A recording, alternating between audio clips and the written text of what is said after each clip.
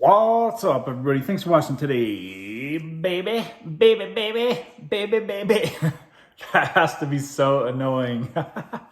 If you're seeing that, if you're seeing me for the first time, I'm sorry how cringe that has to be. I'm sure it is, but I think it's hilarious. So sorry about that. All right. Hope you guys are all doing well out there today. Nothing in this channel is medical advice. Please speak to your addiction doctor if you have addiction issues. Everything on this channel is for entertainment purposes only. So, that being said, today I wanted to talk a little bit about how my experience has been as far as transitioning off of Suboxone since I've gotten the Sublocade shot. You know, it was a huge worry of mine, as I'm sure many of you that are now getting on Sublocade after watching my videos. Shout out to you guys for doing that, by the way. I hope it works as well for you as it has for me. That being said, I'm sure not everybody's going to be just perfect, handy dandy, go lucky, like it might appear that I have been. I'm trying to be as realistic as possible with everything, all the details about everything that I go over, which there are a lot of deep, great details that I do explain to you guys. It was a huge fear of mine because I had read so many people's stories on Reddit and on YouTube, and I've read all the comments of everybody's videos and through the Reddit. Like, I've spent countless hours researching and listening to people's stories, stuff like that, with Sublocade and Suboxone, obviously. I was very worried about how long it would take me to break the mental addiction to Suboxone. And what I mean by that is, for the last 5 years, I've had to put Suboxone under my tongue twice every single day. There hasn't been, other than the short time that I came off, on the times that I jumped off or whatever, like you guys seen how that went. That it wasn't like a long amount of time that I was ever stayed off of Suboxone. I think maybe a month or two was at the most. So, but basically you could say for the last 5 years, I've had to put 2 different doses of Suboxone under my tongue every single day. It's safe to say that. And that can be, and then before that, it was 15 years of painkiller addiction. Now, my 15 years painkiller addiction, the first 5 years really wasn't that bad. It was like one 10 milligram pill every Friday. I'm surprised I kept it as low and as chill as I did for as long as I did. It really got out of hand when I really hated my job, and then I would use my painkiller addiction to check out of my job while I was actually still there on the clock. That's my government job. I won't say what government job, but I was a government employee for many years. And I hated the job, so I would use that as my escape. So if you guys are in a crappy job and you hate what you do every day, it's gonna be hard for you to break your addiction. If you're dreading waking up and going to work every day, I suggest you find something that you're more passionate about. If you somehow can start a little side business, do something. Try to start working your way out of that soul-sucking job, because I can tell you from experience that dragged my addiction out for many, many years. And it also, while I was in addiction, I was so much of a scaredy cat as far as I wanted to open my own car dealership for like 10 years before I did it. And I know most of that is because I knew that like I couldn't really trust myself on a certain sense, because I was addicted, right? Like, you know that you're kind of like a low quality, I don't want to say low quality people if you're an addict, but in a way it's kind of true. Like you're on the lower tier of human beings if you're struggling with addiction. It's sad, but it's true. Sorry, I'm not really being Mr. Positive right here. Obviously, it doesn't sound like. I'm gonna switch things up. So I just really felt like crappy about myself is what I'm trying to say. And so I didn't really trust myself. I was always unsure because my emotions were all over the place with the painkiller addiction that I had. So I stayed at my soul-sucking job for 7 years. 7 years too long. I knew as soon as I started that place that I should not have been there, and I just stayed. And it goes hand in hand with the toxic relationships. I knew these relationships that I was in were toxic, horrible, bad, stressful relationships. And I knew that they needed to end, but I didn't dare to end them because I was so needy. I didn't dare to be alone, and that sucked. I hated feeling trapped. And then like I had to put up with all this bull crap because they knew that I would freak out if they left. And it's just like not a good way to go, guys, if you're in that position. Probably one of the best things I ever did was take a year off of dating. I focused on myself, and that year that I took off of dating was when I got rid of my addiction and got onto Suboxone, and I started figuring my life out, right? So ever since I got on Suboxone, my relationships have been much better than they were when I was in painkiller addiction. And now that I'm on Sublocade, you guys know I consider that to be a step even closer to sobriety from Suboxone. I'm in an even better relationship now. Like my relationships just keep getting better the closer I get to sobriety. So something you guys might look forward to. Now I'm going off on something totally different. I'm almost forgetting what I was even going to talk about here. Okay, getting back to the topic at hand. So Suboxone, out of sight, out of mind. I was really worried that I was not going to be able to break that mental addiction to Suboxone. And to my surprise, the first month I was on Sublocade, even though I only took half of the recommended starting dose, I only took Suboxone 3 times. And guess what, guys? I'm just going to be 100% legit with you. If I didn't have them, I would have been totally fine. Totally fine. But I told myself from the start, I was like, since I didn't know like what it was going to feel like. I didn't know how successful I was going to be breaking that mental addiction. You guys knew, I told you guys, that's the number one thing I wanted to work on as soon as I got on Sublocade was to break that mental addiction to putting something in my mouth every single day. Because I knew that every day that I didn't do that was an extra day that I'm telling my brain, hey, it's okay not to put something. I don't have to put something under my tongue every day. So I have gotten a lot of days now. I've been on Sublocade for almost 7 weeks. And that first month, I took Suboxone 3 times.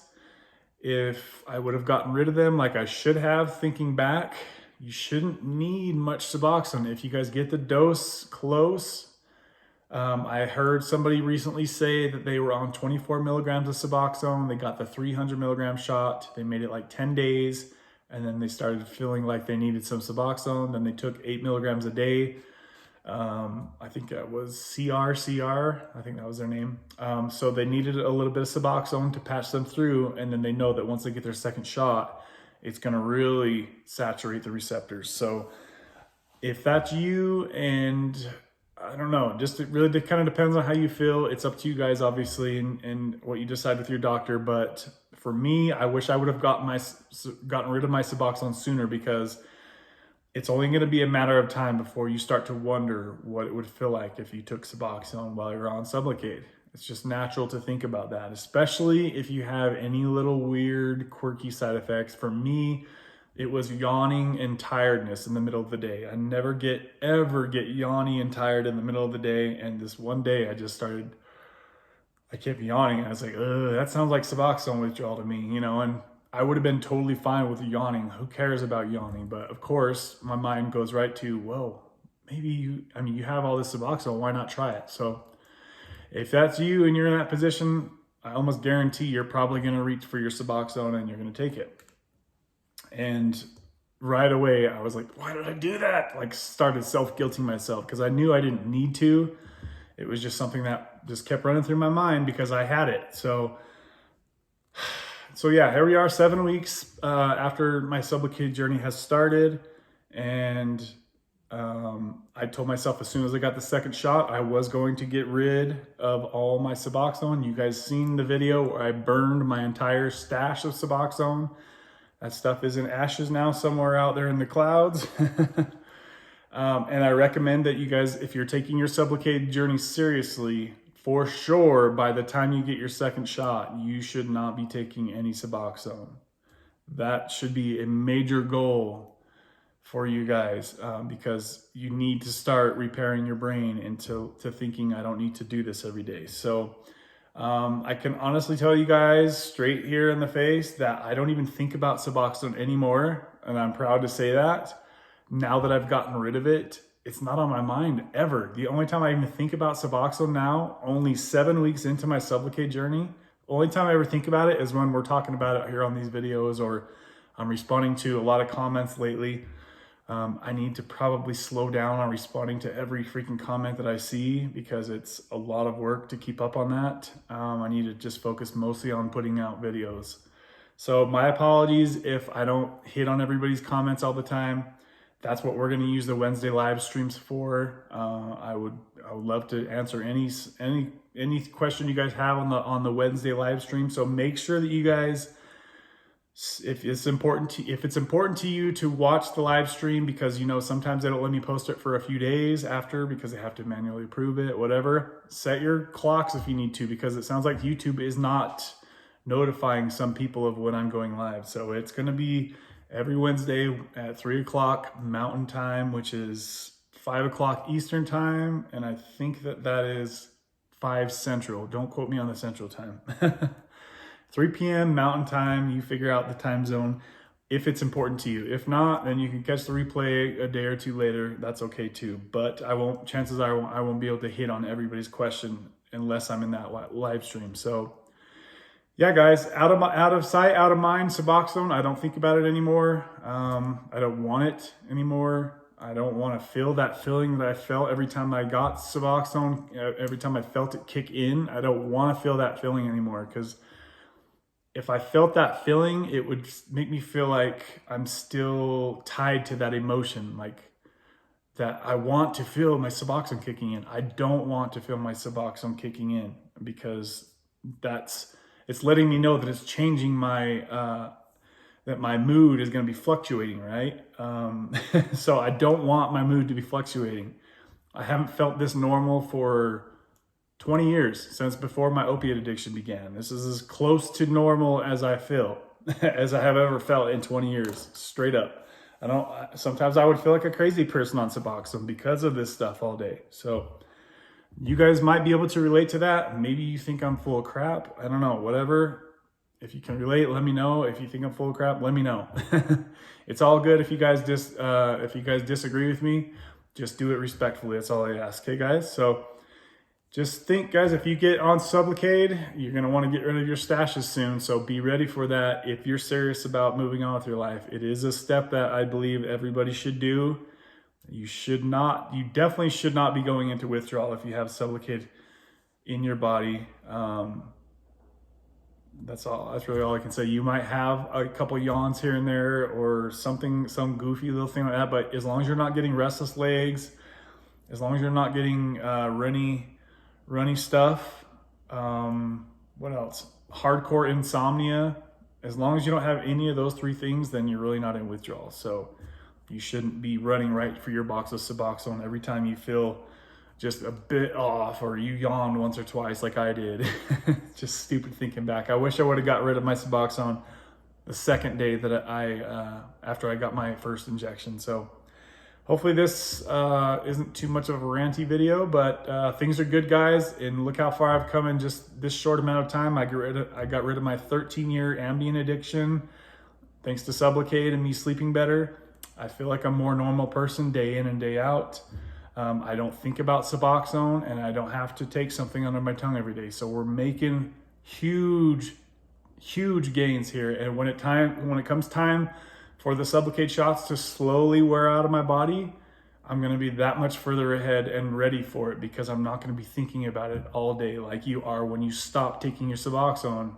That's the only thing on your mind, is how bad is this withdrawal going to be. I'm not even going to know when my withdrawal starts if I was to have one, because it's going to come out so slow. That's probably why they charge $1,700 for the Sublocade shot, because it works the magic. Also, quick last side note, I have seen some comments kind of to the tune of, I think you're counting your chickens before they hatch, and you are definitely because I am on Sublocade right now, right? I haven't went through my withdrawal. That's the whole reason I got on Sublocade, is because the withdrawal is supposed to be like this compared to Suboxone like this. If there is a withdrawal, it's supposed to be much lower. And also, since I got my insurance, it's not costing me a thing to try this Sublocade journey. And so I'm thinking, since there's not any channels I see on YouTube doing what I'm doing right now with Sublocade, I figure I might as well be the one to go off and do it. So I'm doing a lot of this stuff for the testing and trying different things for you guys. So hopefully in the future we can have more people not have to go through 5 years of struggling to taper off and on a Suboxone like I did. I want to save you guys the hassle. I want you guys to always learn from my mistakes and other mistakes from people in the comments that have struggled. We're all helping each other, trying to find the easiest way out of this lifestyle, the best way out of this lifestyle. And my hope and my true feeling is that we're getting really close to doing that with what we're working on now, guys. So, all right, guys, have a great day. I'm gonna end this video here and we'll see you on the next one. Bye, guys.